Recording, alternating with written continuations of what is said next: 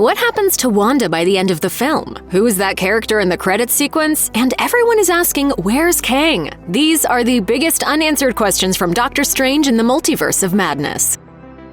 Right from the top, Doctor Strange in the Multiverse of Madness drops a lot of intriguing details about how the multiverse works. Past MCU installments like Avengers Endgame and Loki have explored the idea of variants, alternate versions of characters from different realities, but this film takes things a step further.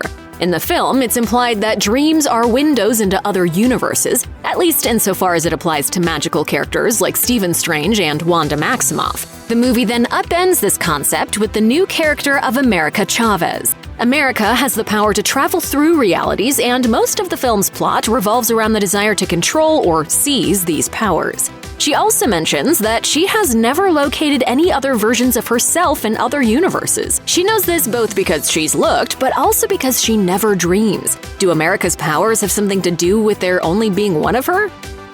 One of the biggest twists in Doctor Strange in the Multiverse of Madness is the introduction of the Illuminati on Earth 838. The secret group is hugely important to the Marvel Comics universe, a council of powerful figures who guide world events from the shadows and often make difficult decisions in the process. The 838 Illuminati are a staggering collection of variants, Marvel TV characters, previously non-MCU favorites, and popular fan casts. It includes Black Bolt, played by Anson Mount, Captain Carter, played by Hayley Atwell, an alternate version of Carl Mordo, played by Chiwetel Ejiofor, John Krasinski's Reed Richards, and Patrick Stewart's Professor Charles Xavier. It's an impressive roster that also leaves a lot of hanging questions about the future of the MCU. For starters, some of the Illuminati members' individual origin stories are left unaddressed. What happened to Steve Rogers in this universe? And was Captain Carter's origin the same as in What If? More importantly, the Illuminati makes three major Marvel character groups official in the MCU: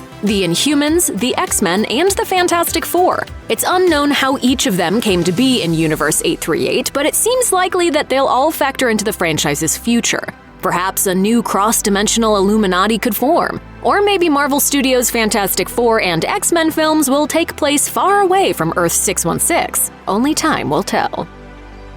Of course, the highlight is Patrick Stewart's appearance as Professor Charles Xavier, a role he's played for decades in the X-Men movies that previously existed outside the MCU. While not explicit, Stewart's return via Doctor Strange in the Multiverse of Madness could seem to confirm that all those old X-Men movies are canon within the MCU multiverse. Nonetheless, the other X-Men aren't mentioned at all in this Doctor Strange sequel, and neither is the word mutant.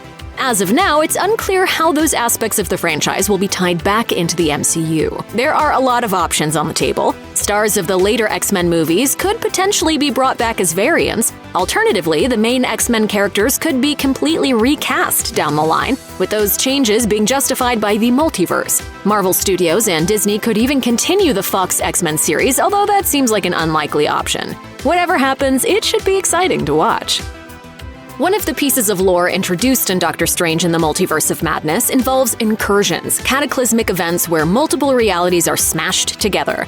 Earth 616's Stephen Strange is informed by the Illuminati that his 838 counterpart caused an incursion by using the Darkhold to dreamwalk, a crime punished by a brutal execution. Later on, Doctor Strange 616 meets a version of himself who has become deeply corrupted by the Darkhold and is implied to have caused his own incursions. Finally, at the end of the film, the comics character Clea shows up and tasks Strange 616 with fixing an incursion she claims he caused. Things just got out of hand. None of these events are explained in detail, but they could be in further MCU installments. The end credits of Multiverse of Madness proclaim that Doctor Strange will return, so that next entry could be wilder than ever. Doctor Strange 2 spends a lot of time talking about how uniquely dangerous its eponymous hero can be, and if that theme is to remain relevant going forward, it would make sense for the incursions he has caused to be explored in greater detail. One of the more bizarre moments in Doctor Strange in the Multiverse of Madness occurs at the end of the film, when the hero snatches a copy of the Darkhold from his evil counterpart. He then uses the spells within the tome to dreamwalk into the corpse of one of his other variants, who was buried on Earth 616 at the beginning of the film. This doesn't sit well with the spirits of the dead, however, who quickly rise from their realm to accost Doctor Strange. Fortunately, Christine Palmer is there to help keep him grounded. She reminds him that he's a master of the mystic arts and encourages him to use the spirits of the damned himself. He does just that, sucking up all the ghosties into himself and growing a pair of shadowy spirit wings on his zombified body. It makes for a fun climax, but the movie doesn't do a great job of actually explaining what happens. Has Doctor Strange always had the ability to control the spirits of the dead? Is it a power granted only to his zombie form or by the Darkhold? Could any sorcerer potentially wield this ability? Now that all of the Darkholds are supposedly destroyed, we may never get concrete answers to these questions. Underlying how powerful the character is, in the end, Scarlet Witch isn't defeated by Doctor Strange, or Wong, or America Chavez. She's brought down by her own sense of guilt, a fierce realization of the monster she's become.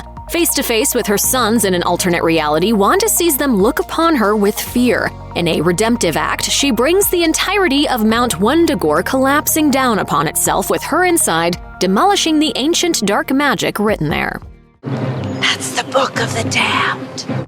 This destructive act of penitence has a curious side effect, the erasure of every Darkhold from every corner of the multiverse. How exactly Wanda manages to pull off that feat, however, is unclear. The Scarlet Witch has the power to alter reality, so it's possible that the mountain magnified her powers in some way and allowed her to affect other universes.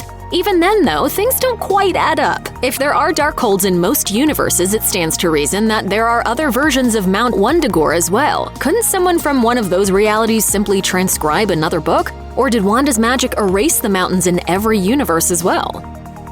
Wanda's demolition of the Mount Wundagore temple would seem like a definitive end to the character. That is, it would seem that way if Kevin Feige hadn't already confirmed that she'll be back. The nature of her next appearance remains uncertain, however, and there are a lot of different ways it could play out. The existence of the multiverse means that the franchise could just lean on a variant of the character, one of whom plays a major role in Multiverse of Madness. Given how much time has been spent building up Earth-616's Wanda, however, it seems like a missed opportunity not to continue her story in some capacity. At the very least, it seems highly unlikely that a collapsing mountain would be enough to stop the Scarlet Witch. Doctor Strange in the Multiverse of Madness is basically a montage of her surviving every conceivable sort of attack. There's no way a few big rocks would be enough to keep her down. Right? Oh, probably. A lot of the action in Doctor Strange in the Multiverse of Madness involves the Book of Vishanti, an ancient tome of good magic and the antithesis of the Darkhold. It's believed that the book contains spells that could stop the Scarlet Witch, but unfortunately that theory is never confirmed. Just as our heroes reach the Book of Vishanti, Wanda destroys it with her dark magic. But is the Book of Vishanti really gone? The place where it dwells is referred to as a world between realities, which suggests that there is only one copy. Presumably, that means Wanda burned the only one in existence, removing it from the multiverse permanently.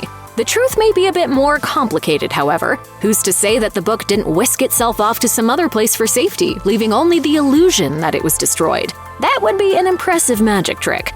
So, this is the magic trick. Alternatively, it's possible that another copy does exist elsewhere. Because the MCU version of the tome never actually gets used in the Doctor Strange sequel, it's tough to theorize too much about what role it could play going forward.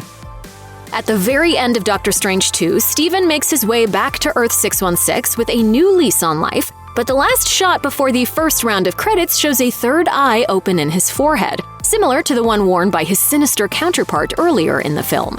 There are a few possible explanations for Doctor Strange's third eye. The Eye of Agamotto, acquired by Strange in his first solo film, has a number of powers in the comics that haven't yet featured in the MCU. The big screen version of the eye is mainly used to hold the Time Stone, but in the original Marvel canon, it also brings powers of transcendent vision and knowledge, among other things. These abilities often manifest themselves in the form of a third eye. Since Agamotto himself is one of the Vishanti in the comics, powerful godlike beings who aid the Sorcerer Supreme and created the Book of the Vishanti, it's possible that Strange's interactions with the sacred tome, or its opposite, the Darkhold, could have opened the Eye of Agamotto up to its true potential. Alternatively, Doctor Strange could have simply reached a new level of mystical power through the story of Multiverse of Madness, thus unlocking the secrets of the Eye. Either way, he seems stronger than ever. The first post-credits scene in Doctor Strange in the Multiverse of Madness introduces Clea, a woman from an alternate reality played by Charlize Theron. She approaches the Stephen Strange of Earth-616 and demands that he help her fix an incursion he apparently caused. In the comics, Clea is a denizen of the Dark Dimension with close ties to Dormammu himself, given that her purple hue resembles Dormammu's MCU incarnation and that the universe she opens a portal to in Doctor Strange 2 looks similar to the Dark Dimension in some ways. It's likely that this backstory will continue to hold true. Of course, she makes no mention of her home or of Dormammu during the post-credits scene, so it's yet to be revealed what the nature of her character will be in the MCU. One thing of particular importance to note is that Clea ends up marrying Doctor Strange in the comics, since he seems to have made his peace with the fact that he'll never settle down happily with Christine by the end of his second film. The MCU could be building a new love story between him and Clea. While not particularly relevant to the specific story of Doctor Strange in the Multiverse of Madness, Kang the Conqueror looms large over the whole film. From the dimension-hopping nature of the story to the introduction of Reed Richards, there are tons of plot details that silently hint at the villain's MCU return. At the end of Loki Season 1, the God of Mischief finds himself in a severely altered time variance authority that seems to be run by Kang. Presumably, that means that he could be active in his conquest by the events of the Doctor Strange sequel, but it's possible that he doesn't yet possess a way to easily travel across dimensions. In that instance, America Chavez would be of special interest to him, just as she is to Wanda Maximoff. While it makes sense not to overcrowd any one movie with too many characters or storylines, Kang could nonetheless be impacted by the events of Multiverse of Madness. He's set to appear in Ant-Man and the Wasp: Quantumania, if not sooner, and it should be interesting to see where the MCU takes him. Check out one of our newest videos right here. Plus, even more Looper videos about your favorite movies are coming soon. Subscribe to our YouTube channel and hit the bell so you don't miss a single one.